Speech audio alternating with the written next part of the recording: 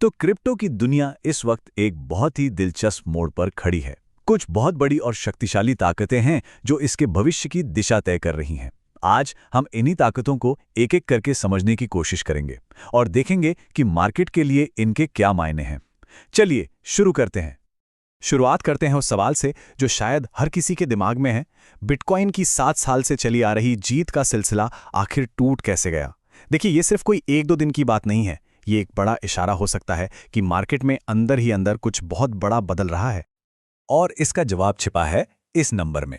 2018 के बाद ये पहली बार हुआ है जब बिटकॉइन ने अक्टूबर का महीना नुकसान में बंद किया हो। इससे एक बहुत मजबूत ट्रेंड टूट गया, जिसे क्रिप्टो की दुनिया में अक्टूबर के नाम से जाना जाता था, क्योंकि ऐतिहासिक रूप से अक्टूबर का महीना क्रिप्टो के लिए हमेशा शानदार रहा है। 1 नवंबर 2025 को बिटकॉइन की कीमत लगभग $1,10,000 के आसपास थी, जो इसी साल के अपने हाई यानी $1,26,000 से काफ़ी नीचे है।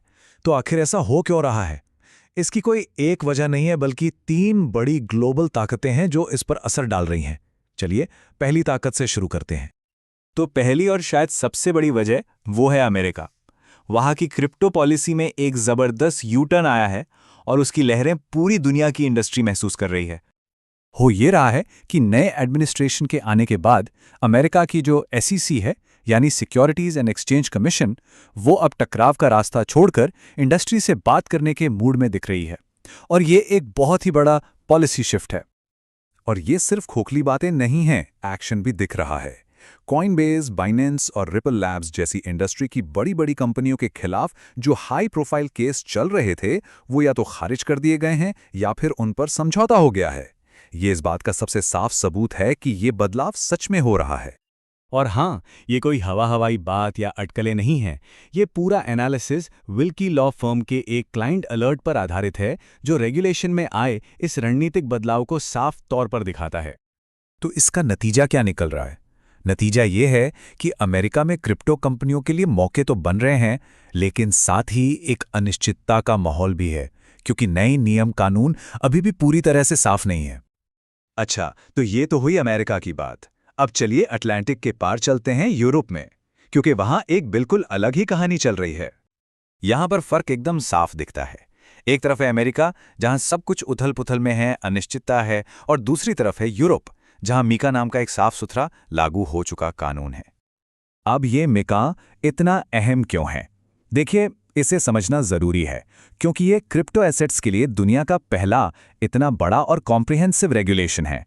ये पूरे यूरोपीय संघ में क्रिप्टो जारी करने वालों, सर्विस प्रोवाइडर्स और निवेशकों के लिए एक जैसा कानूनी ढांचा देता है, जिससे कंफ्यूजन की कोई गुंजाइश नहीं रहती।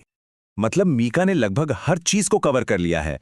क्रिप्टो कैसे जारी होंगे, एक्सचेंज कैसे काम करेंगे, निवेशकों को कैसे सुरक्षित रखा जाएगा और बाजार में धोखाधड़ी को कैसे रोका जाएगा। ये अमेरिका के अब तक के अप्रोच से कहीं ज्यादा डिटेल्ड और क्लियर है। तो रेगुलेशंस की बातें तो हो गईं। अब बात करते हैं तीसरी बड़ी ताकत की।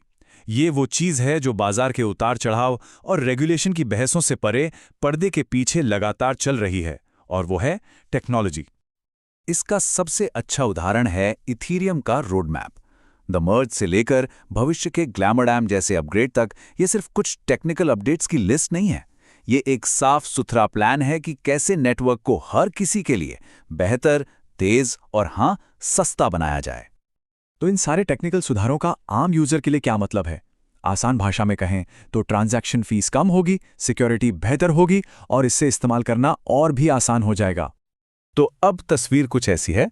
हमारे सामने ये 3 बड़ी ताकतें एक साथ काम कर रही हैं। अमेरिका में रेगुलेटरी कन्फ्यूजन, यूरोप में क्लैरिटी और टेक्नोलॉजी में लगातार होती तरक्की। इन तीनों का टकराव नवंबर के महीने को बाजार के लिए बहुत ही ज्यादा अहम बना देता है। तो कुल मिलाकर क्रिप्टो मार्केट आज इन 3 ताकतों के बीच में एक तरह से खिंच रहा है। अमेरिका की अनिश्चितता इसे एक तरफ खींच रही है, यूरोप की स्थिरता दूसरी तरफ, और टेक्नोलॉजी का विकास इसे लगातार आगे की ओर धकेल रहा है। और यही वजह है कि दांव बहुत ऊंचे लगे हुए हैं। अगर इतिहास देखें तो नवंबर का महीना बिटकॉइन के लिए सबसे तगड़ा रहा है, औसतन 42.5% का उछाल। लेकिन सिक्के का दूसरा पहलू भी है। 2018 में इसी महीने में 36% से ज्यादा की भारी गिरावट भी आई थी। मतलब नवंबर में कुछ भी हो सकता है।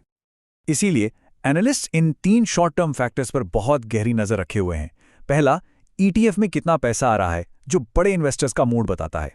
दूसरा, अमेरिकी फेडरल रिजर्व अगला कदम क्या उठाता है, जो मार्केट में रिस्क लेने की क्षमता पर असर डालता है। और तीसरा, महंगाई के आंकड़े। यही तीनों मिलकर तय करेंगे कि बाजार यहां से ऊपर जाएगा या और नीचे। और इन फैक्टर्स में से एक की अहमियत समझने के लिए जरा इस नंबर पर गौर कीजिए।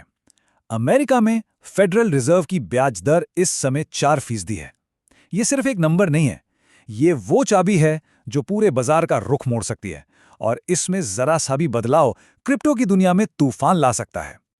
तो आज हम एक ऐसे ही चौराहे पर खड़े हैं जहां से एक रास्ता बड़ी वापसी की तरफ जाता है और दूसरा और गहरी गिरावट की तरफ।